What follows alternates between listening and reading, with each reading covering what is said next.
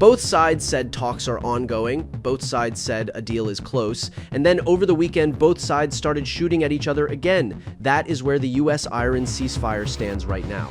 Missiles intercepted over Kuwait, US jets hitting Iranian radar sites, drones shot down over the Strait of Hormuz. All of this while negotiators are still at the table. But here's the thing that changes everything. It's not just Iran making this deal harder to close. Israel just ordered fresh strikes on Beirut, and Tehran is now saying no Lebanon deal, no Iran deal, full stop. So here's what actually happened this weekend. On Saturday and Sunday, US forces struck Iranian radar and command and control sites on Kesh Island and the city of Guruk. US Central Command called it self-defense, a direct response to Iran shooting down an American MQ-1 drone over international waters. Iran's Revolutionary Guard fired back. Missiles and drones targeted a US airbase. Kuwait, where a major US base sits, said sirens sounded across the entire country. They intercepted the incoming fire.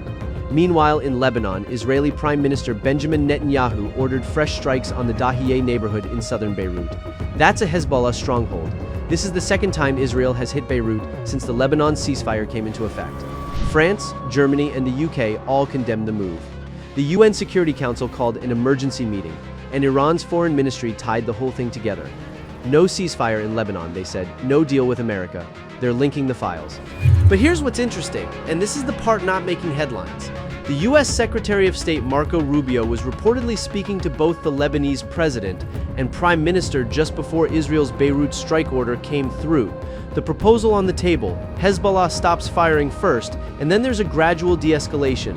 Lebanon said no, and within 24 hours Netanyahu announced strikes on Beirut.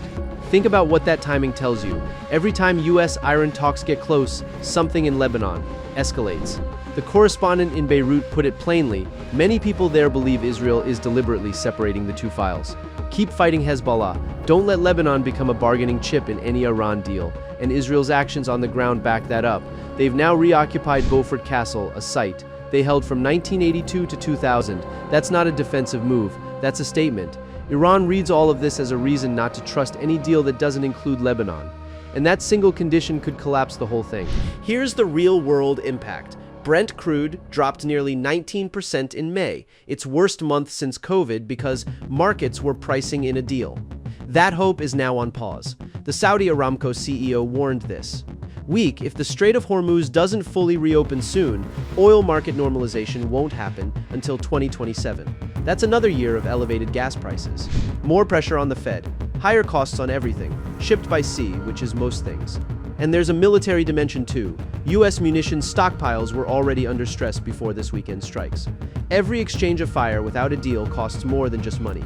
It costs readiness. Every week this drags is a cost Americans are paying at the pump, and everywhere else. Now, the other argument is that Israel is doing what it has to do.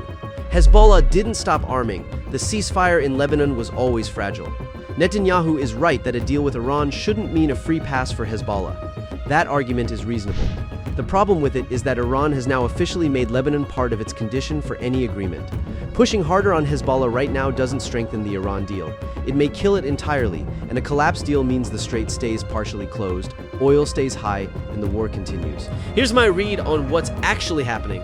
There are now 3 parties managing this: the US, Iran, and Israel, and the US doesn't fully control what Israel does. That's the structural problem. Trump can tighten deal language with Iran all he wants, but if Netanyahu orders strikes on Beirut the same week, Iran has a ready-made reason to walk. Iran's Revolutionary Guard also signaled something important this weekend, they said, and this is a direct warning.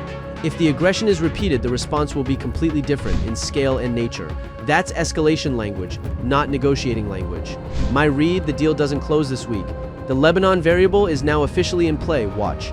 For either a split where the US tries to separate the Lebanon and Iran files, or a pause where both sides take a breath and let things cool. If there's no progress by June 10th, the oil markets are going to reprice fast. So here's what I want you to think about. Iran is saying, no Lebanon deal, no Iran deal. Should the US accept that linkage, or is that letting Iran hold a broader regional peace hostage? Drop your take in the comments.